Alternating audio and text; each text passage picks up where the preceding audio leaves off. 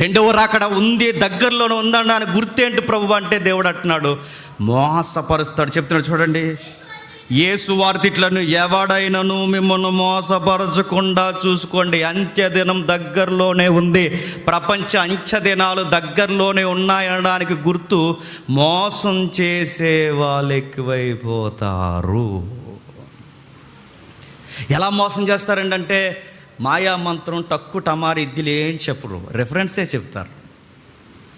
మనం ఎంత గుడ్డెద్దులం అంటే ఆ వాక్యాలే చెప్పాడండి, రెఫరెన్స్ తీశాడు ఆయన అంట. వాక్యాలే చెప్తారు, రెఫరెన్సే చేస్తారు. యెషయా గ్రంథం అంటారు, మత్తయి సువార్త అంటారు, రెఫరెన్సే చెప్తారు, రెఫరెన్స్లో అర్థాలు మార్చేస్తారు. ఎంతగా మోసం చేస్తారు, భయం వేస్తుందండి. ఇందాక అన్నయ్య అన్నాడు చూసారా, వాక్యము రోజు చదివి సత్యవాక్యముతో బాగా అలవాటు ఉన్నవారు కూడా ఆ దొంగ బోధలకి మోసపోతారు. అన్నయ్య అనడమే కాదు, ప్రభు కూడా అన్నాడు. ఎక్కడండి? ఇదే టెక్స్ట్లో అన్నాడు చూడండి, అదే 24వ అధ్యాయం 24 వచనం. అబద్ధపు క్రీస్తులు, నెక్స్ట్ కేటగిరీ అబద్ధ ప్రవక్తలు వచ్చి సాధ్యమైతే ఏర్పరచబడిన వారిని సైతము మోసపుచ్చుటకై గొప్ప చూసక్రియలు మహత్కార్యాలు కనపరుస్తారు. ఇక ఈ ఏర్పరిచిన వారు కూడా ఏమంటారు తెలుసా? ప్రాఫిట్ అండి అంటారు. ఏమంటారు? వచ్చేసాడండి ప్రవక్త, తప్పండి, అలా అనకండి. నాకు బాగా తెలిసిన ఒక అన్నయ్య ఏమన్నా తెలుసా, చూడండి, ఏర్పరిచిన వారు మోసపోతారండి అని గుర్తు. మనకెందుకు బ్రదర్ ఇవన్నీ, ఆయన పరిచర్య ఆయనది, చెప్పండి, మన పరిచర్య మంది, అలాంటి వారిని మనం అనడం వల్ల మనకి ఎందుకు బ్రదర్ ఇవన్నీ అన్నాడు. పైగా అలాగనేసి ఊరుకుంటే బాగుంది. ఏమన్నాడు తెలుసా? దేవుడు ఆయన్ని అలా వాడుకుంటున్నాడు. చెప్పండి, దేవుడు నిన్ను ఎలా వాడుకుంటా?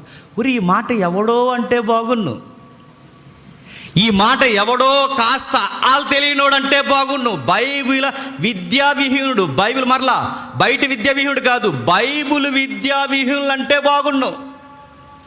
అరే రోజు సత్యం విని వాక్యాలు విని మనం ఇంత ఫైట్ చేస్తున్నా ఇలాంటి గుంపులో నువ్వు అంటున్నావంటే ఇప్పుడు చెప్పండి, రెఫరెన్స్ రైటా కదా? ఎంత ఏర్పరచబడిన వారినైనను వారిని సైతము మోసపరచడానికి మిరాకిల్స్ అని తిరుగుతారు. గమనిక, షరతు.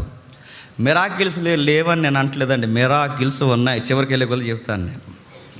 అద్భుతాలు జరగవని అంటలేదండి, అద్భుతాలు చేసే దేవుడు, అద్భుతకరుడు మన దేవుడు చేస్తాడు. మిరాకిల్స్ జరుగుతాయి, స్వస్థతలు జరుగుతాయి. కానీ స్వస్థతలు జరుగుతున్నాయో అని సంఘాన్ని నమ్మెత్తనావు చూసావా? మాకు ప్రాబ్లం నీతో. మిరాకిల్స్తో ప్రాబ్లం కాదు, జరుగుతున్న హీలింగ్స్ స్వస్థతలతో ప్రాబ్లం కాదు. ఇవి నేనే చేస్తాను, నా దగ్గర ఉంది, బోర్డెట్టి రండోయని అట్టిపుల్లు అమ్మేస్తున్నావు చూసావా? అది ప్రాబ్లం మాకు.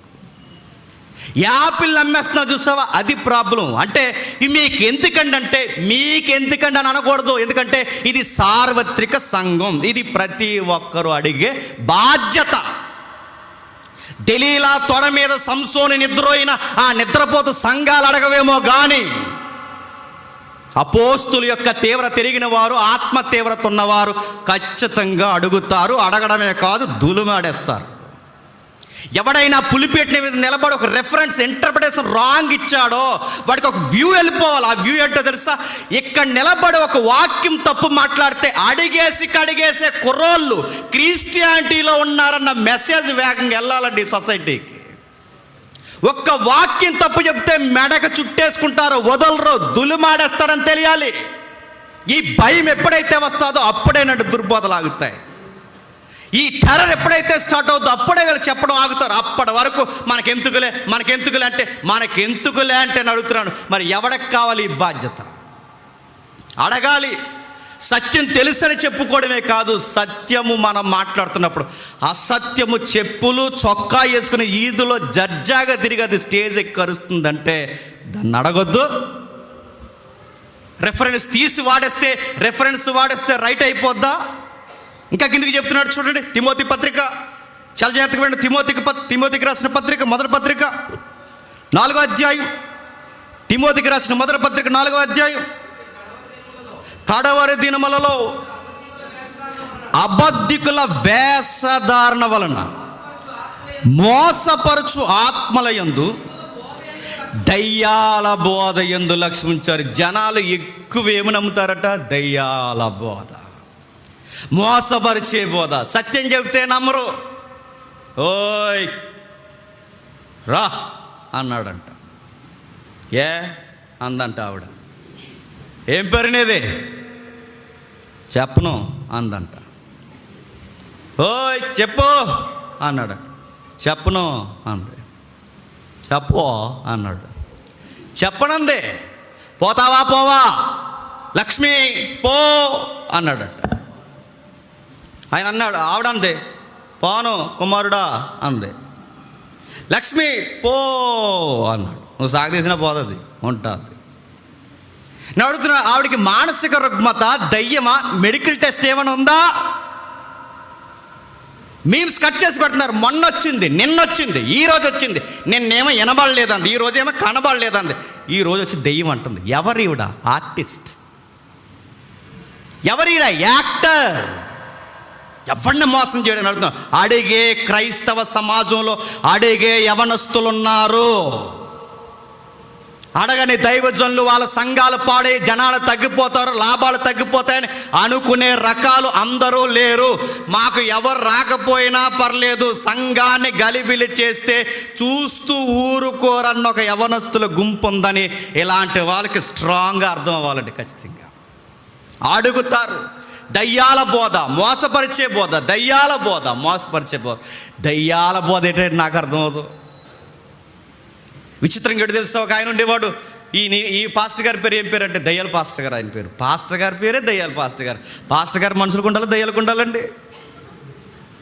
దయ్యాల పాస్టర్ గారు ఇలాంటివన్నీ చెప్తున్నారు. దుర్బోధ. ఇదిగో అంచె దినాలు వచ్చాయి, దగ్గరలో ఉంది, రాకడ గడియలు దగ్గరలో ఉన్న. యుద్ధాలు కాదు, ప్రేమ తగ్గిపోవడం కాదు, మోసపరుచుకోవడం కాదు, మనుషుల్ని వెలివేతకు తీసి హతసాక్షులుగా మార్చడం కాదు. ఫస్ట్ గుర్తు నీ రాకడ దగ్గరలో ఉందనడానికి మొదట గుర్తు ఏంటి ప్రభు అంటే, ప్రభు అన్నాడు మోసపరిచే వాళ్ళు ఎక్కువవుతారు. పౌలు కూడా అన్నాడు మోసపరిచే దయ్యాల బోధలు ఎక్కువ అవుతాయి. ఇదే గుర్తు. ఇప్పుడు చెప్పండి, ఇవి ఎక్కువైపోయాయి అంటే ఏది దగ్గరలో ఉందో చెప్పండి. రాకడ దగ్గరలో ఉన్నప్పుడు మనం సత్యం చెప్పకుండా సంఘం ఏమైపోతుందో, మన ఫేమ్ తగ్గిపోతుందో, రేపు నుంచి మీటింగ్స్ పిల్లరంటే ఈ లోపల రాకడ వచ్చేస్తే నువ్వు మీటింగ్ ఎక్కడ అవుతావు? నేను అడుగుతున్నాను. రేపు రాకడ వచ్చేస్తే నువ్వు అడుగుతున్నావు, నువ్వు ఎన్ని ఆత్మలు రక్షించావరా? సత్యం చెప్పవా? నేను ఒక మాట చెప్పనా, పొరుగు వాడిని ప్రేమించమని బైబిల్ చెప్పింది, ఇతరులను ప్రేమించమని బైబిల్ చెప్పింది. కానీ బట్ కండిషన్స్ అప్లై అవుతాయి. దుర్బోధకుల్ని దొలిమాడేమని బైబిల్ కూడా చెప్పింది. బైబిల్లో ఉంది వాదించుచు అనంది. సత్యమును గూర్చి వాదించుచు అనంది బైబిల్. దుర్బోధల గూర్చి వాదించుచు అని ఉంది. వీటి అడిగిది తప్పు అని అడిగితే తప్పో రైటో ఏదో జరిగిందని మౌనంగా ఉండి వెళ్ళిపోవాల్సిన ఈ కల్ట్ స్పీకర్స్ కొంతమంది మేం చేసేది రైటు అనడానికి రెఫరెన్స్ వాడారు. ఈ రెఫరెన్స్ వాడి ఇంకా అడ్డంగా దొరికారు. ఎందుకంటే మీరు అన్ఫిట్. నేను మళ్ళీ చెప్తాను, మీరు ఏమనుకున్నా, మీరు అంటే నేను ఒక వ్యక్తిని అంటలేదు, ఇలాంటి గుంపు చాలామంది ఉన్నారు. ఈస్ట్ నుంచి వెస్ట్కు ఉన్నారు, సౌత్ నుంచి నార్త్కు ఉన్నారు, ప్రతిది ఇక్కడ ఉన్నారు. ఇలాంటి వాళ్ళు ఒక్క గుంపు కాదు. చిన్నోడు, పెద్దోడు, పల్లోడు, ఏజెన్సీ వాడు, అక్కడోడు, ఎక్కడోడు, సిటీలో ఉన్నవాడు, సూట్ వేసుకున్నవాడు, తెల్ల సొక్కేసుకుని అందరూ ఉన్నారు. ఇలాంటి వారు చేసే పొరపాటు మళ్ళీ చెప్తున్నాను, రెఫరెన్స్ వాడతాడు. వీళ్ళు ఏమనుకున్నా పర్లేదండి, వీళ్ళకి ఇతరుల విషయాల్లో ఉన్న అవగాహన వీళ్ళకి వాక్యంలో చెప్పండి అన్ఫిట్. ఎందుకంటే వీళ్ళు ఎక్కడా థియలాజికల్ స్టడీ చేయరు. పోనీ కనీసం పుస్తకాలు చదవరు. కనీసం కాస్త పాండిత్యం పెరిగిన గురువు దగ్గర ఏమైనా విద్యాభ్యాసం చేస్తారంటే చెయ్యరు. వీళ్ళు చేసే విద్యాభ్యాసం అంతా ఎక్కడ చేస్తారంటే ఆల్రెడీ ఎలా పిలుస్తున్న వారు ఎలాంటి ఉన్నారో వాళ్ళ దగ్గర విద్యాభ్యాసం చేస్తే వీళ్ళు ఏం చేస్తారు, వీళ్ళు పిలుస్తారు. నా మాట అర్థమైందా? అంటే వీళ్ళు ఒకటి సరిగ్గా వీళ్ళ గురువులు సరైన వాళ్ళు కాదండి. పల్నాడు జిల్లాలో ఎవరేమనుకుని చెప్తున్నాను, పల్నాడు జిల్లాలో ఒక ఎమ్మెల్యే క్రైస్తవ సభకు వచ్చి కూర్చుంటే ఆ పల్నాడు జిల్లాలో ఒక ఆయన ప్రవచనాలు చెబుతున్నాడు, క్రైస్తవ వక్త. ప్రవచనాలు చెప్తే ఏమన్నా తెలుసా? కుమారుడా, ఇలాగ మళ్ళీ అది ఉంటుంది ఫోర్స్. కుమారుడా, దేవుడు నాలో నుంచి ప్రేరేపిస్తున్నాడు నీకు చెప్పమని. ఆత్మ నన్ను గెంటుతుంది. కుదిరిగా నిలబడరు, అటు ఇటు తిరుగుతుంటారు. చెప్పేస్తున్నా, మళ్ళీ 15 years 15 సంవత్సరాలు మరలా మీ ప్రభుత్వమే రాబోతుంది, రాసి పెట్టుకో. నెక్స్ట్ మళ్ళీ ఈ నియోజకవర్గానికి ఎమ్మెల్యే నువ్వే అన్నాడు. నెల తిరిగింది. ఈఎంఏ కేసులు అంటే ఈవీఎం బాక్సులు అరెస్ట్లో తీసుకెళ్ళి ఎమ్మెల్యే గారు లోనేసారు. ప్రభుత్వం పోయింది. ప్యానే తిరుగుతుంది అన్నారు, కరెంటు పోయింది. రాష్ట్రాన్ని అడుగుతున్నాను, ఏవి ప్రాప్సీలు ఇవి? ఒక్కటి తినంగా చెప్పారా? కారు అన్నారు, హస్తం అన్నారు, అదన్నారు, ఇదన్నారు. ఎమ్మెల్యే పేరు అక్కడ కూర్చొని ఎంత భయం లేని తనం అండి. వీళ్ళకే భయం లేకుండా అబద్ధాలు జర్జాగాడితే సత్యం చెప్పడానికి మనకు భయం ఎందుకు? అదే నా మోటో. అబద్ధాలు ఆడవాడికే భయం లేనప్పుడు సత్యం చెప్పే మనకెందుకు భయం? జడ్జాగా ఎమ్మెల్యే గారిని కూర్చోబెట్టి ముక్కు మీద ఏలెట్టి మైక్ ఇలా పట్టుకొని జనాలకి మళ్ళీ బ్యాక్ సైడ్ చూపించి ఈయన వైపు మొక్కలో చూసి రాసుకో అంటున్నాడు. ఏటి రాసుకున్నాం? ఈవీఎం బాక్సులు అరెస్ట్ చేసి లోపల వేసారు. ఆయన జరిగిందా? ఒక్కటి జరిగిందా? అన్ని అబద్ధాలు. ఇలాంటి అబద్ధాలని ఎలా నమ్ముతున్నారంటే, నేను అబ్జర్వ్ చేసింది తెలుసా? వీళ్ళు డాక్టర్లు అవ్వచ్చు, ఇంజనీర్లు అవ్వచ్చు, వినేవాళ్ళండి. చిన్నవాళ్ళు ఏమంటలేదు, డాక్టర్లు అవ్వచ్చు, ఇంజనీర్లు అవ్వచ్చు, పిహెచ్డి క్యాండిడేట్లు అవ్వచ్చు. కానీ బైబిల్ విద్యలో వీళ్ళ విద్యా విహీనులు. వీళ్ళ బయట విద్యలో పిహెచ్డి క్యాండిడేట్లేమో కానీ చెప్పండి, బైబిల్ విద్యలో చెప్పండి, బైబిల్ మహోన్నతుని విద్యలో విద్యావిహీనులు. ఒక రెఫరెన్స్, ఒక ప్రవక్త, ఒక ఉద్దేశం, పరిశుద్ధాత్ముడి సందర్భం ఏమీ తెలియదు కనుక జడ్జాగా ఒక రెఫరెన్స్ అప్లై చేశాడు. ఏమన్నాడు తెలుసా? మనం అడుగుతున్నాం. ఒక ఆయన అన్నాడులేండి, ఒకడనే కాదు చాలామంది ఉన్నారు. ఒక ఆయన అప్లై చేస్తూ ఏమన్నాడు తెలుసు? ఇదిగో మీరు అరటిపళ్ళు ఎందుకు పంచుతున్నారని అడిగితే ఆయన ఏమన్నాడు తెలుసా? నన్ను అరటిపళ్ళు పంచుతున్నావని నువ్వు నన్ను అడగాలంటే రాసుకో అన్నాడు. సవాలంట, రాసుకోవాలట. నన్ను అరటిపళ్ళు పంచుతున్నావని నువ్వు నన్ను అడగాలి అంటే ముందు ఎస్సీ అని అన్నాడు. ఎవరిని? ఏంటి వీళ్ళకి అడ్డెట్టు కూడా ఎవరిని పెట్టుకున్నారండి? యెషయా అంటే ఎవరు? ప్రవక్త అయిన యెషయా. ప్రవక్త అయిన యెషయాని మీకు అడ్డేంటయ్యా అని అడిగితే వాళ్ళు ఇచ్చే వివరణ, ఆ రోజు హిజ్కియాకి రోగం వచ్చినప్పుడు హిజ్కియా రోగము తగ్గించడానికి యెషయా హిజ్కియాకి ఏమిచ్చాడు? అంజూరపు పళ్ళు ముద్దిచ్చాడు. ఆ రోజు యెషయా అంజూరపు పళ్ళు ముద్దిచ్చాడు. ఈరోజు నేను అరటిపళ్ళు ఇస్తున్నాను, తప్పేంటి అన్నాడు. కింద ఉన్న వాళ్ళందరూ ప్రవక్త వచ్చాడు అన్నారు. అంటే మీరు నన్ను అడుగుతున్నాను, ఇది ఏమీ తెలియని బైబిల్ విద్యా విహీనులకి వాస్తవం అనిపించదండి? అవును, యెషయా గారు అంజూరపు పళ్ళు ఇచ్చాడు రోగం తగ్గడానికి. ఇప్పుడు పిల్లలు పుట్టడాన్ని అరటిపళ్ళు ఇస్తున్నాను, తప్పేంటి అన్నాడు. చాలా లాజికల్గా అనిపించింది వినేవాళ్ళకి. నా అరటిపళ్ళు మీరు తప్పు పట్టాలంటే ముందు యెషయా దగ్గరికి వెళ్ళి అడగాలంట. ఏమని? యెషయా నువ్వెందుకు అంజూరపు పళ్ళు ఇచ్చావని ముందు ఎవరిని ఫైట్ చేయాలట? మనం యెషయా గారితో ఫైట్ చేయాలట. నేను అడుగుతున్నాను, యెషయా గారు ఎదురుగా లేరు కానీ బైబిల్లో ఉన్నారు. బైబిల్ అర్థవంతంగా రాయించాడు, ఒక సందర్భానుసారంగా ఉన్నాడు. మాకు అర్థమైంది. ఆయనతో ఎందుకు ఫైట్ చేస్తాం? మా ఫైట్ అంతా ఏంటంటే, నువ్వు ఎందుకు యెషయాను అడ్డుపెట్టావు? నీకు టెక్స్ట్ తెలియదు అనడానికి ఇదే గుర్తు. చూద్దాం ఒకసారి, వెళ్దాం సందర్భానికి. చాలా జాగ్రత్తగా వినండి.